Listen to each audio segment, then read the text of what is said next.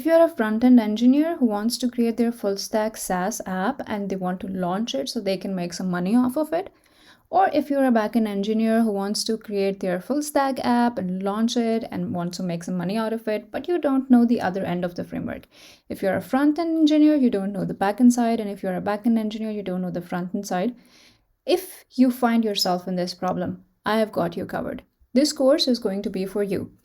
In this course, we will be learning the end-to-end Next.js platform, and we will be creating a production-ready AI-based SaaS application that you can go ahead and launch and which will actually make some money for you. This course is going to equip you with end-to-end understanding of the framework called Next.js. It's a React-based framework, and we will be diving deep into what Next.js actually is. And you can make any kind of application, any kind of full stack SaaS application using Next.js. But in this specific course, we will be making a Gen AI-based application to provide feedback for resumes. Your application will have the capacity of providing feedback to any uploaded resume by any user. Now, to create this application, let's first dive deep into what Next.js really is and why should we use it over React or any other framework. Next.js is a React-based full-stack framework, which means it provides you with complete capabilities of front-end and backend. You can use JavaScript or TypeScript to make components which are both front-end and backend.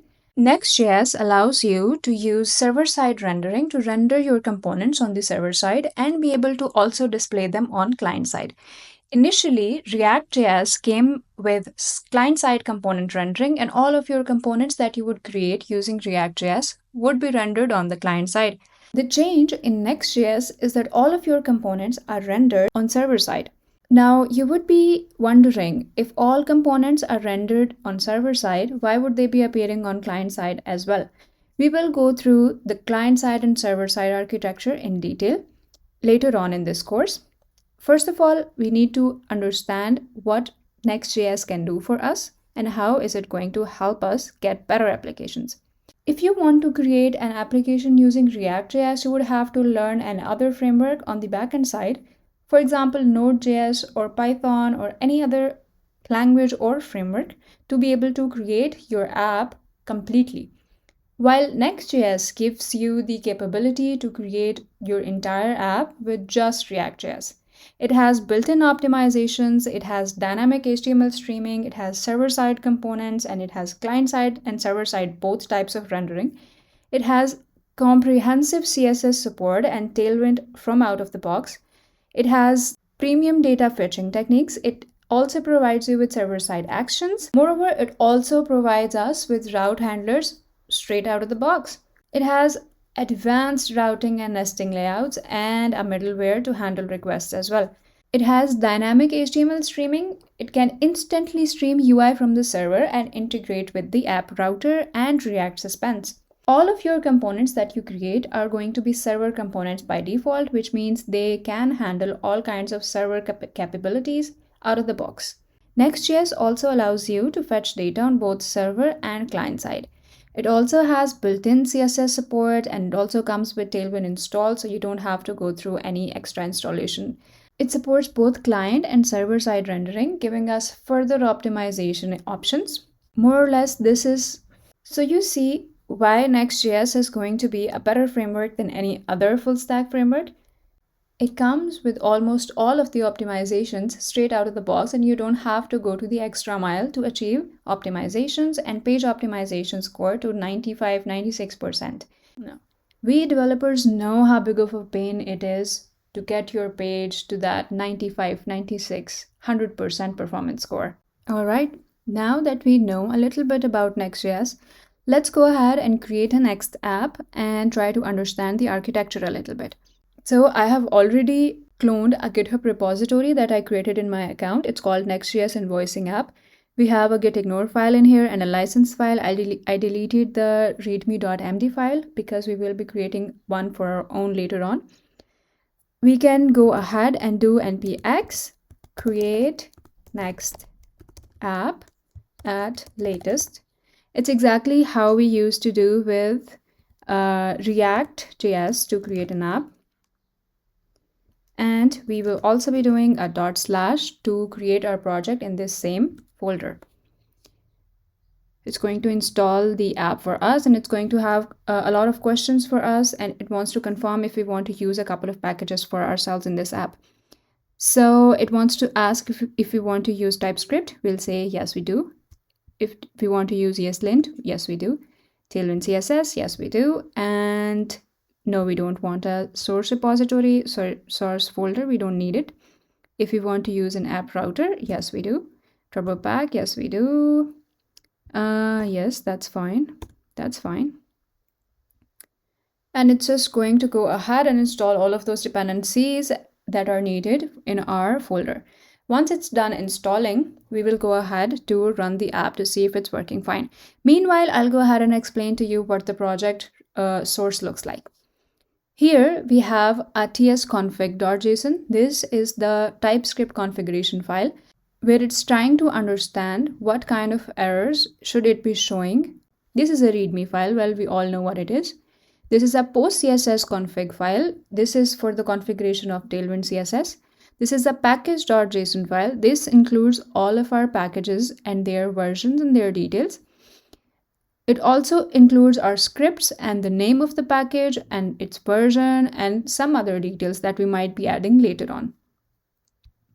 This is our next.config.ts. Here we will be adding any Next.js based configuration specific to Next.js. This is nextenv.ts. It specifically says this file should not be edited, and this file is specific to Next.js. We have a license file which came from the MIT license from the GitHub repository. We also have eslint.config.mjs. This is our eslint file, which will be taking care of our linting errors based on TypeScript. We have a gitignore file. We all know what it is. It's based on Node.js architecture. We have a public folder. This is going to have all of our static files, for example, our images or videos and everything of the sort. This is our node modules folder. Once you open this, there's no way of closing it. Just kidding. You can definitely close this. This includes all of our packages that we have installed in this project. This is our main app folder. This app folder is the folder where we can find most of our code. This page.tsx is our home page. It's the main page of the application where we can go and view all of the default code for our project. We have a layout.tsx. This layout.tsx file is the root layout file. This includes the layout for our root of the app. We have a global.css. This includes the global CSS for the app. And we have a favicon.ico, which is also an icon. Now let's go ahead and start this app by using the script from over here. We can do npm run dev, and let's see what that does for us. We have our default page of the app showing here. In case if you're wondering where all of this code is coming from, it's coming from this file, page.tsx. Look at this, read our docs, it's over here. So what we can do is we can go and modify this code. Okay, I'll just close a couple of things to make my Visual Studio Code look better. Now, if we want to make a change to all of this, what we can do is we can just close this. So you see we have all of the classes from Tailwind working already. We didn't have to configure anything. I'm just going to go ahead and add an h1 over here that says home. And we can give this a class of text 3xl. We will go ahead to our page and we see home is showing here. Now, if you remember, initially we talked about server-side and client-side components and server-side and client-side rendering. Now, if you remember, we talked about server-side and client-side rendering initially when we were starting up the project. Server-side rendering is when your component is being rendered on the server side, and client-side rendering is when your component is being rendered on your client, which means it's your browser. Now, starting with React, all React-based components are client-side components. Any component that you create using React initially used to be a client-side component. If you were to do something on the server side, you would have to do any server specific framework, and you would have to install a server specific framework and use that to do your server side tasks. But React 19 came with server side support. In React 19, you could define if your component is going to be a server side component or a client side component. Now, while other frameworks like Remix also support client side and server side rendering, Next.js comes with a lot more flexibility and a lot more optimizations for us to use Next.js. So let's say we want to understand where this home component is being rendered, if it's being rendered on the server side or if it's being rendered on the client side. Let's find out. What we are going to do over here is we can say console.log and we can say, hello, I am rendered. And we will see where can we see this log. We will just go ahead and remove this from here. So we will open our terminal, and if you see, we can view our hello, I am rendered log over here in the terminal, which means that the component is server side. But here's the twist. Let's go and inspect our page, and let's go to our console. And you see it's being rendered over here as well, but with a specific tag called server. So Next.js is displaying our log on both frontend and backend side, but with the reminder that it's a server side component and it's being rendered on server side, just the log is being output on the frontend side as well. Now, what to do if we want to render this component on the client side? That's pretty simple. All you have to do is go to the top of the component and say use client. This is going to let Next.js know that our component is a client component and it's only going to be rendered on the client side. Now you see, even we have the console log showing over here, but now the console log over here does not have the server tag on its side. Awesome. Now let's go back and learn a little bit about components in React and their routing. So this was our home component. Let's say if we want to create another component, how are we going to do that? We are going to create a folder over here in the app folder, and we call it components. This is going to, let's say, include all of our static components that show up only in a static form. We are going to create an app called hello.tsx, and we will use the React snippets to create for us a React functional component, and we call it hello. Here, all we are going to do is we are going to output an h1 and give it a class name once again of that. This time, let's do it text to Excel and say hello. You're going to save it. It's not going to show anywhere right now because we are not importing this component anywhere. Now we will go in our page.tsx and we will import this component over here by doing hello, just like we used to do in React, and we save it. This is throwing us an error. The reason being, every time you are returning something from a React component, it has to be wrapped in a single child. Perfect. Now we go back here and we see home and we see hello. Now here, hello is going to show every time you are going to run the app. It's on the root route, and every time you are accessing your root route, you are going to see hello as well. But what if that's not the case? We want the hello component to show at a hello route. Let's create another component and let's see how can we do that. I'm going to go to app folder and I'm going to create another folder here. Let's say we call it users. And I am going to go and create another file in this folder. I'm going to call it page.tsx. Just like this page file, since this is in root, so this includes the home component for us. But since this page file is in users folder, it's going to contain the code for our users component. I'm going to use React snippets once again, and let's call this component users. And let's go here and we will again output an h1 and let's give it a class name of text to Excel, and let's say users. Now if I go back to my app and if I just use the route that we have just created, which is users, it should display users. It's picking up routes based on the file name. This is called file-based routing. Now, in some cases, this might not be useful as well. We might need a little more functionality of nested routes. Let's say we have a dashboard route, and then we want to have a users route in the dashboard route, and we want to have a separate analytics route in the dashboard route. How are we going to achieve that? It's pretty easy.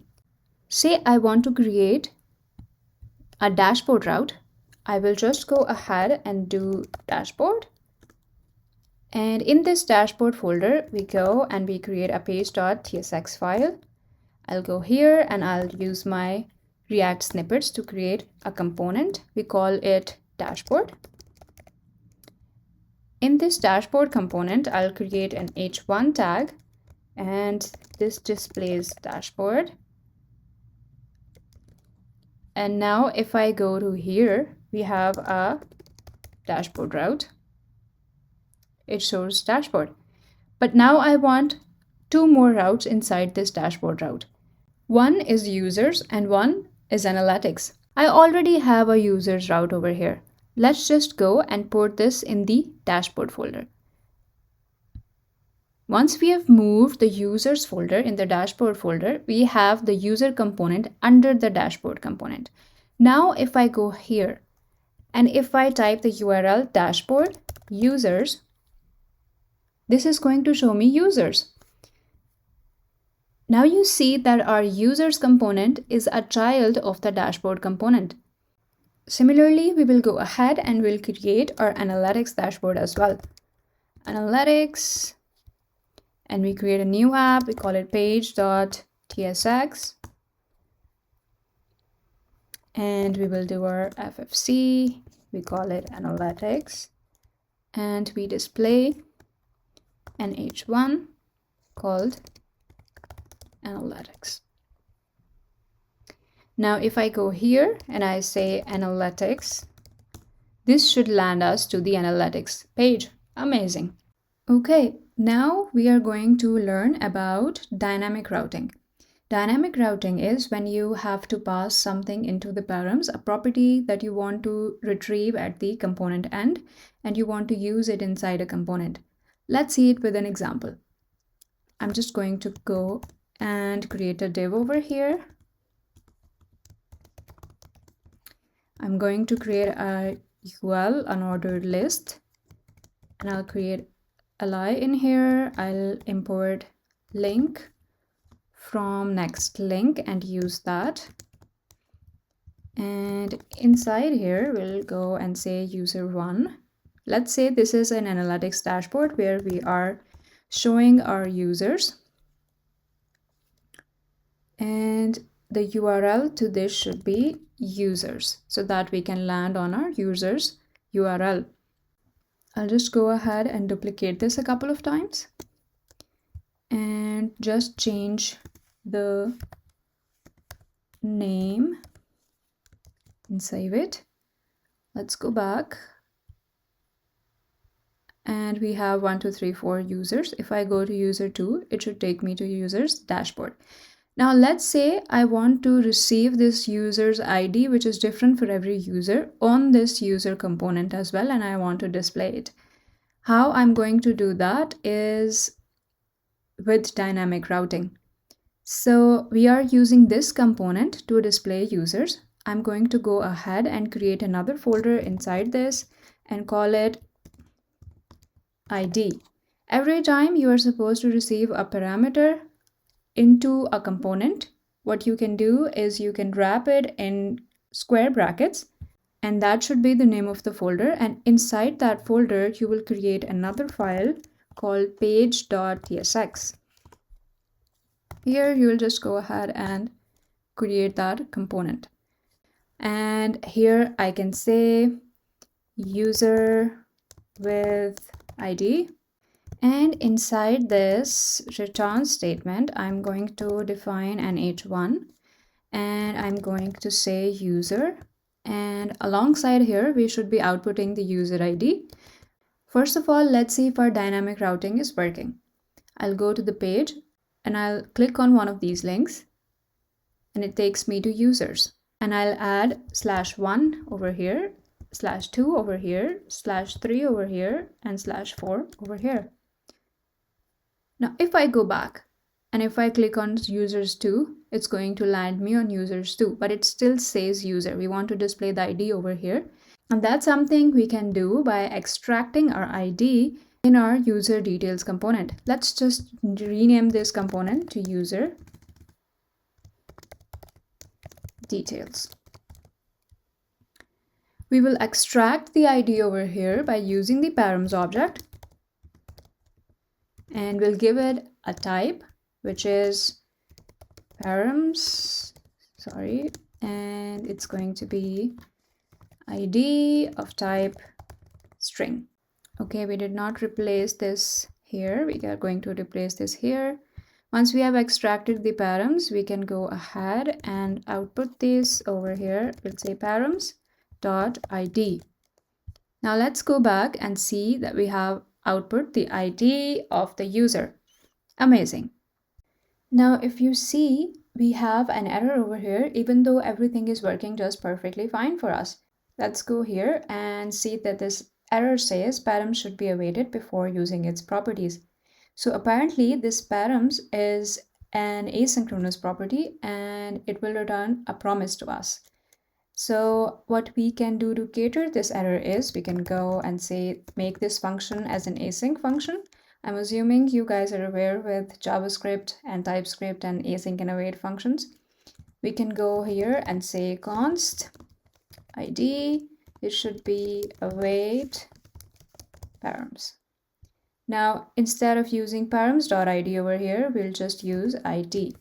This should technically solve our error over here. Our error is solved and our component is also working perfectly fine. Nice. Now the next thing that we are going to learn about is the layout.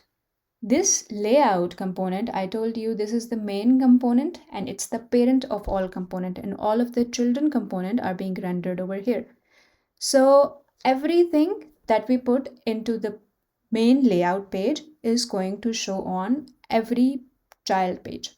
This analytics, this hello, this dashboard, this user, everything is a child to the layout page. Let's see by having an h1 over here, and we will call this parent layout. We will give this a class name of text for Excel so that we can see it bright and better. And if we go here, we have a parent layout. Now, on any layout that I go to, it's going to give me parent layout as a compulsory thing. This comes in very handy once we are using sidebars or nav bars or footers, which are constant for some components. For example, in your dashboard components, you usually see that a sidebar is a constant component which remains always there no matter the address for as long as it has a dashboard prefix at the top. But that does not mean that we can only have just one layout.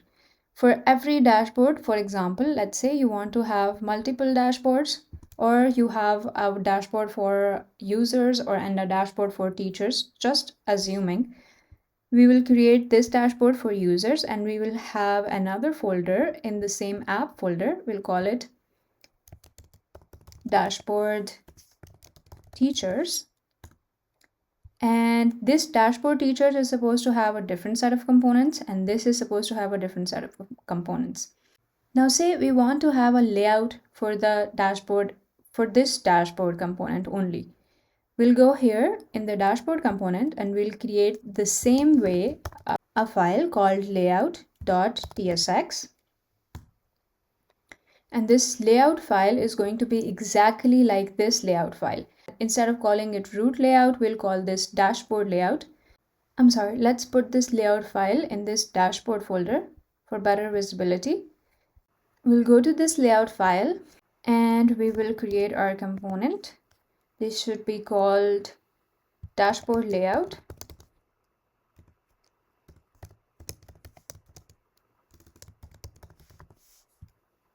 And let's say we want to just show an H1 over here that says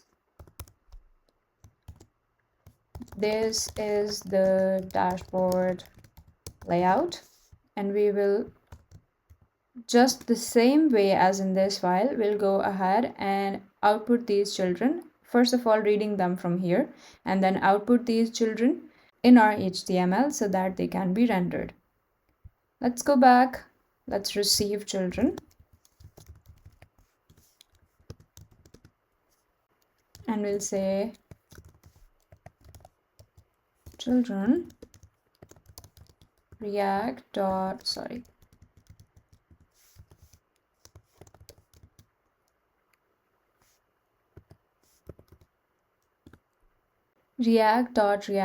node, and then we will just be outputting these children over here.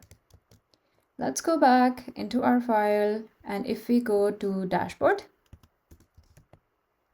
/analytics, we'll see this parent layout at top. This is coming from the root layout.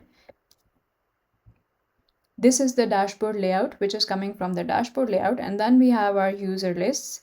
Now, if I go to user 3, I'll still see both of these things. Nice. I hope we are clear about routes and layout so far. Now, let's learn a little bit about error handling. In Next.js, if we experience an error in our component, it's shown to us in the terminal over here, and it's also shown to us in our UI and our console over here. Now, to experience that, once again, let's go and throw an error.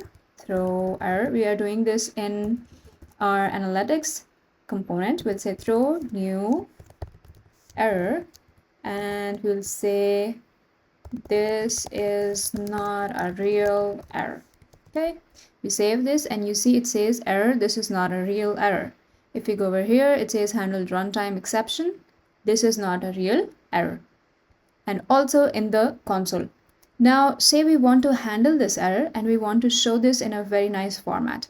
Say I want to show that error in all of the dashboard components. I'll go to this dashboard file folder. I'll create a file here. I'll call it error.tsx. And in this file, I will copy all the code that's provided on the Next.js docs for this file. I'll paste this code and I'll save it. Now, if I go back here, you see that error shows over here. It's not showing the exact message, but it says something went wrong. Now, let's go ahead and we will try to show that error over here. We have error.message that we can display, and it's going to show this is not a real error. Nice.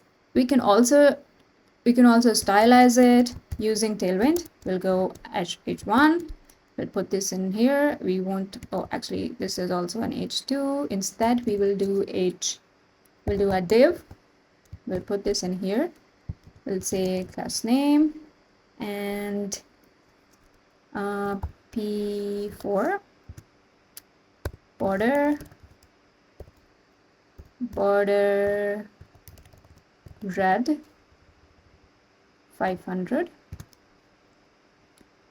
and we will also say, let's try this and see how it looks. See, it shows like this. We can also refine this further, and we will be doing that when we are creating our app, but for the sake of explaining right now, I think this is good enough. We'll just go ahead and restore that H2. Amazing. Now we'll go ahead and remove this error and learn a little bit about how loading layouts work for us. In Next.js, you don't have to set a loading state and fetch that loading state every time. All you have to do is, just like the layout page, we have to create another page called loading.tsx. And this can just be a simple React component with the name loading. And here, all we are going to have is an H1.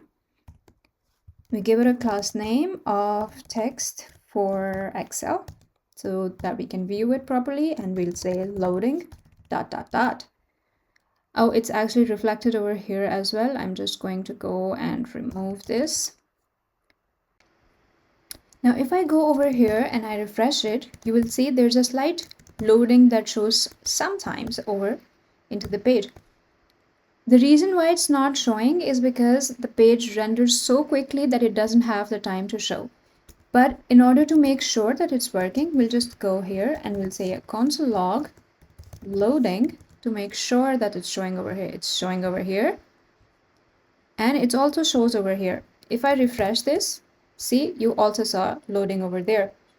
So the next thing that we are learning about is data fetching in Next.js. If you remember, in React, we used to fetch data using the fetch API. We used to handle the errors. We used to handle the loading state. And we would also then map the JSON to our UI so we can view the fetch data in a presentable format. In Next.js, it gets pretty simple. Let's see how we can do it in Next.js. First of all, we need a state to save our users. We will be fetching users and we will show those users here in analytics component and replace these dummy users that we have over here with genuine users coming from placeholder JSON API. Now, say we have users and set users, and we will be using use state. We have to fetch use state from React, and we will use the fetch API to fetch data from the JSON placeholder API. This is our JSON placeholder API's link. You can Google this and you'll find this over there. I'll just go ahead and I'll convert this function into async function since we are also going to use await. We'll say const response is equals to await fetch, and we will provide this the URL, and we'll give it the method which is going to be, so the default method is also fetch for the fetch API, but it's still the best practice to define it. We'll see if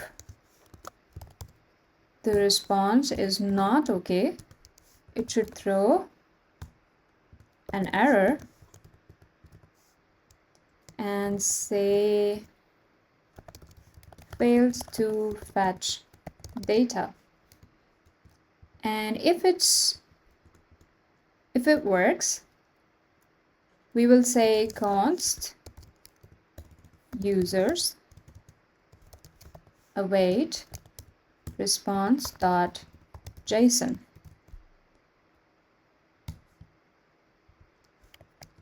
We will replace this with data since we already have a state called users. And now what we have to do is we have to set our response as our state. This is redundant though. We can use just this data to use it in our UI and fetch all of our users and display them in a presentable format. Let's just try that first. We'll say data.map. It's actually a user, so we'll use a U.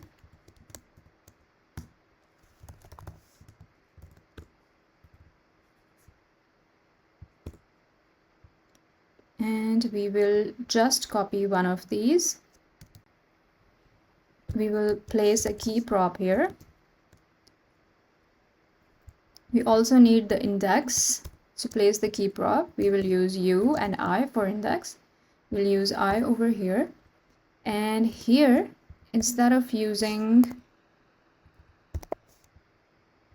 double quotes, we'll instead use, and we will place our u.id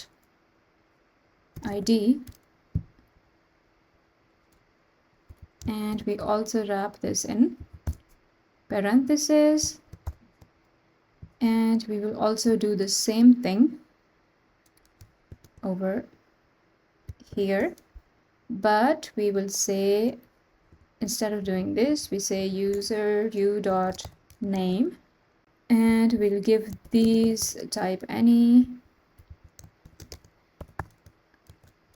and this can actually have the type number. Let's go to our app. Okay, it says, let's just remove this for a bit. Go back and we have user 1, 2, 3, 4. Instead, we have usernames with their clickable format. Now, if I go here, you will see I have user 1. This is because you see these IDs are also numeric that we are receiving from the JSON placeholder API. Similarly, we can go to our users component and we can fetch this data and display in our user component as well. Now, you would see that unlike React, in Next.js, we have had to write far lesser lines of code. The logic is very much simplified. We didn't have to write any loading state or any error handling since we have already handling it over here and we are handling the loading state over here. Our code and our code base is extremely simplified. I would highly recommend using Next.js for applications which have lesser time to go live or in which you have to provide an MVP in a couple of weeks or so. Next.js is your go-to full stack platform. Now, do you remember that I told you all of the components in Next.js are server-side components? This is also a server-side component. This data is being fetched on server-side. Now, if it's being fetched on server-side, how is it being displayed on the front-end side? That's possible because of HMR. HMR is hot module replacement. HMR is a feature that allows you to update your code while the application is running without requiring a full page load, which is a convention for server-side components. It's a feature that enables real-time updates to modules in a running application without needing them to reload the entire page.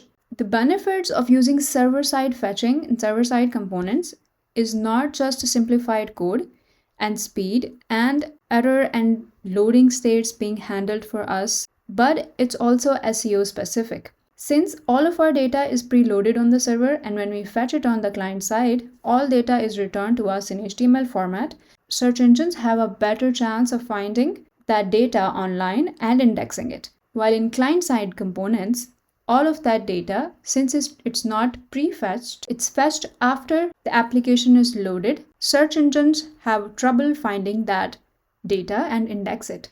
Now, there are multiple techniques that are used for rendering, as we have discussed earlier. There is client-side rendering and there is server-side rendering.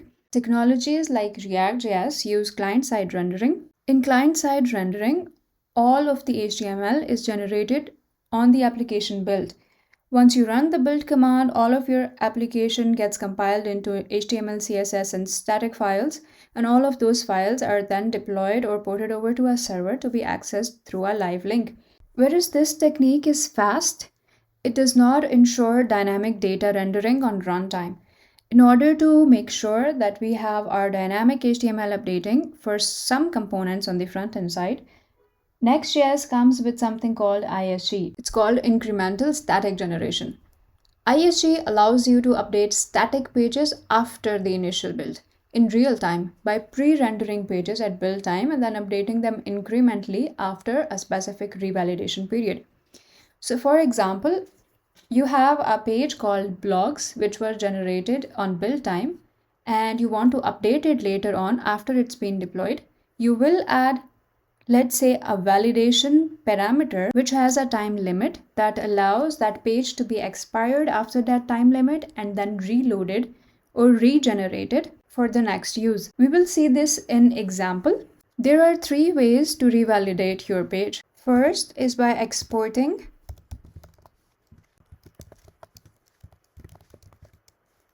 a constant called revalidate. Let's say it's equals to 3600 seconds. This is in the form of seconds. So this means that the page will expire after 1 hour and it will be regenerated after 1 hour. Another way of going about this is going into the fetch function itself and using the next parameter and providing it the revalidate parameter. giving it the same value of 3600. There is another way of revalidating a specific URL as well. For example, if I want the user's URL to be revalidated every time it's visited from this page, I will say revalidate path, and then inside this provide the URL for the path. This makes sure that every time the URL is reached out, it's regenerated. And then there's the technique of server-side rendering. While client-side rendering is very useful for applications which are a mix of dynamic and static data, or specifically more inclined towards completely static data, now there's a third hybrid technique called PPR. PPR would stand for partial pre-rendering. In partial pre-rendering, a page is both rendered as static and dynamic. In static site generation or client-side rendering, a page is rendered at the time of the build. In server-side rendering, a page is rendered at the time of every visit. While in PPR, it's a combination of both. It's a hybrid approach which allows you to render some parts of your component as static and some part of it as dynamic. All you have to do is wrap the dynamic components in a tag called suspense. This allows us to make use of both type of renderings at the same time in the same component. We may be looking into this in our application if we have a use case for it. If not, you can check out the Next.js docs and study it for yourself.